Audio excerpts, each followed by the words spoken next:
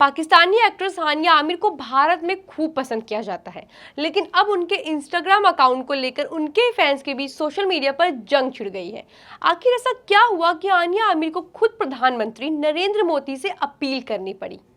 क्या वाकई उनके इंस्टाग्राम अकाउंट को भारत में बैन कर दिया गया है? कौन कौन से पाकिस्तानी एक्टर्स हैं जिन पर भारत ने बैन लगाया है?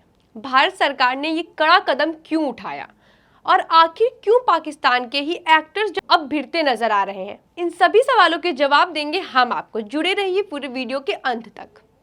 नमस्कार, मैं अनुष्का सिंह और आप देख रहे हैं 24 अड्डा। पहलगाम में हुए आतंकी हमले के बाद भारत सरकार ने पहले पाकिस्तानी समाचार चैनलों पर प्रतिबंध लगाया। इसके बाद एंटरटेनमेंट चैनलों पर भी बैन लगाया गया है। अब खबरें सामने आ रही हैं कि पाकिस्तानी सेलिब्रिटीज के इंस्टाग्राम अकाउंट को भी बैन कर दिया गया है।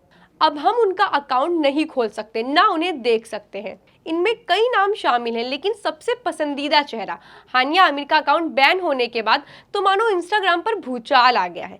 दरअसल हानिया आमिर खूबसूरत होने के साथ साथ काफ़ी बातूनी भी हैं और वो आए दिन अपने व्लॉग शेयर करती रहती हैं, जिसका उनके फैंस बेसब्री से इंतज़ार करते हैं, जिसमें वो रैंडम बातें करते हुए नजर आती हैं और काफ़ी क्यूट भी लगती हैं। अपने इन व्लॉग्स और रील्स से उन्होंने फैंस के दिल में एक अलग जगह बना ली है। एक समय था जब भारत में पाकिस्तानी एक्टर्स और उनके शोज का ज़बरदस्त क्रेज़ हुआ करता था। हमसफ़र, मेरे हमसफ़र और माज जैसे पाकिस्तानी ड्रामा शोज़ को लेकर भारतीय दर्शकों ने दिल खोल कर सराहा था।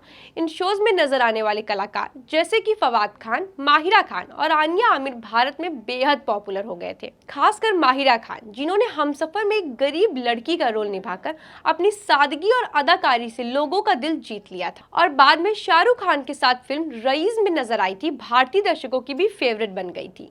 लेकिन अब हालात बदल गए हैं। पहलगाम में हुए आतंकी हमले के बाद भारत सरकार ने कड़ा रुख अपनाते हुए पाकिस्तानी न्यूज चैनलों पर भी बैन लगाया, फिर एंटरटेनमेंट चैनलों पर रोक लगाई और अब सीधा उन पाकिस्तानी कलाकारों के सोशल मीडिया अकाउंट्स को भी बैन कर दिया है जो भारत में काफी लोकप्रिय थे। हानिया आमिर, माहिरा खान समेत कई पाकिस्तानी एक्टर्स के इंस्टाग्राम अकाउंट में भारत में नहीं दिखाई देंगे। इसका मतलब है कि भारतीय यूजर्स ना तो उनकी प्रोफाइल देख सकते हैं और ना ही उन्हें फॉलो कर सकते हैं। साथ ही आपको बता दें, भारत सरकार ने हाल ही में राष्ट्रीय सुरक्षा का हवाला देते हुए कुछ बड़े फैसले लिए हैं, जिनका सीधा असर भारत के पाकिस्तानी मनोरंजन से जुड़ी सामग्री पर पड़ा है। अब भारतीय दर्शक ना तो पाकिस्तानी टीवी चैनलों जैसे हम टीवी, ARI डिजिटल और जियो टीवी देख सकते हैं और ना ही यूट्यूब पर इनके शोज पहुंच पा रहे हैं। जब कोई इन चैनलों या कलाकारों का इंस्टाग्राम अकाउंट या यूट्यूब चैनल खोलने की कोशिश करता है तो एक संदेश दिखाई देता है, यह कंटेंट आपकी कंट्री में उपलब्ध नहीं है। इसका मतलब है कि भारत में इसे एक्सेस करने पर रोक लगा दी गई है। इस बैन का प्रभाव सिर्फ चैनलों तक सीमित नहीं रहा, बल्कि फेमस पाकिस्तानी कलाकारों जैसे हानिया आमिर, माहिरा खान, अली जफर, सजल अली, आयजा खान, बिलाल अब्बास के सोशल मीडिया अकाउंट्स पर भी देखा गया है। उनके इंस्टाग्राम प्रोफाइल्स को सर्च किया जा सकता है, लेकिन भारत में उनकी पोस्ट नहीं दिखाई देंगी। अब इस फैसले के बाद दोनों देशों में मिश्रित प्रतिक्रियाएं देखने को मिल रही हैं। कई लोग इसे सांस्कृतिक जुड़ाव के नुकसान के रूप में देख रहे हैं, तो कई लोग इसे राष्ट्र हित में लिया गया जरूरी कदम बता रहे हैं। इसी बीच पाकिस्तानी एक्टर्स के बीच भी एक दूसरे पर आरोप लगाने का दौर शुरू हो गया है। पाकिस्तानी एक्टर अरसलान नसीर ने एक्स पर एक पोस्ट के जरिए फवाद खान पर तंज कसते हुए कहा, फवाद भाई, फिल्म तो आपने की और बैन हमें कर दिया गया। माइंड मत करना, लेकिन आप उस आइस एज वाली गिलहरी जैसे हैं। इस बैन के बाद पाकिस्तानी मनोरंजन इंडस्ट्री को भी बड़ा झटका लगा है, क्योंकि भारत उनके लिए एक दर्शक वर्ग था जिससे न सिर्फ उनको प्रसिद्धि मिलती थी, बल्कि यूट्यूब, इंस्टाग्राम और OTT प्लेटफॉर्म्स के जरिए अच्छी खासी कमाई भी होती थी। कई पाकिस्तानी कलाकारों ने इस फैसले के खिलाफ आवाज़ उठाई है और इसे कल्चर का गला घोटना बता रहे हैं।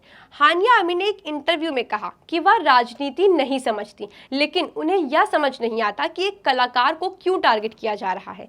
उन्होंने सोशल मीडिया पर भारत के प्रधानमंत्री नरेंद्र मोदी से अपील करते हुए कहा, अगर मेरी बातों या वीडियो से कोई तकलीफ हुई हो तो माफ़ी चाहती हूँ, लेकिन मैं सिर्फ लोगों को हंसाने और जोड़ने की कोशिश करती हूँ। दूसरी ओर भारतीय डिजिटल कम्युनिटी में भी बहस तेज हो गई कि क्या इंटरनेट पर इस तरह की सेंसरशिप सही दिशा में कदम ले रही है। कई साइबर विशेषज्ञों का मानना है ऐसे बैन टेक्निकली तो संभव है, लेकिन इसमें फ्री स्पीच और डिजिटल डिप्लोमेसी पर भी बड़े सवाल खड़े हो रहे हैं। कुछ जानकारों का यह भी कहना है कि इस तरह की पाबंदियों से दोनों देशों के बीच पहले से ही तनावपूर्ण रिश्ते में और खटास आ सकती है। जहां एक ओर सरकार राष्ट्रीय सुरक्षा को सबसे ऊपर रख रही है, वहीं दूसरी ओर आम जनता और फैंस इस फैसले से भावनात्मक रूप से प्रभावित नजर आ रहे हैं।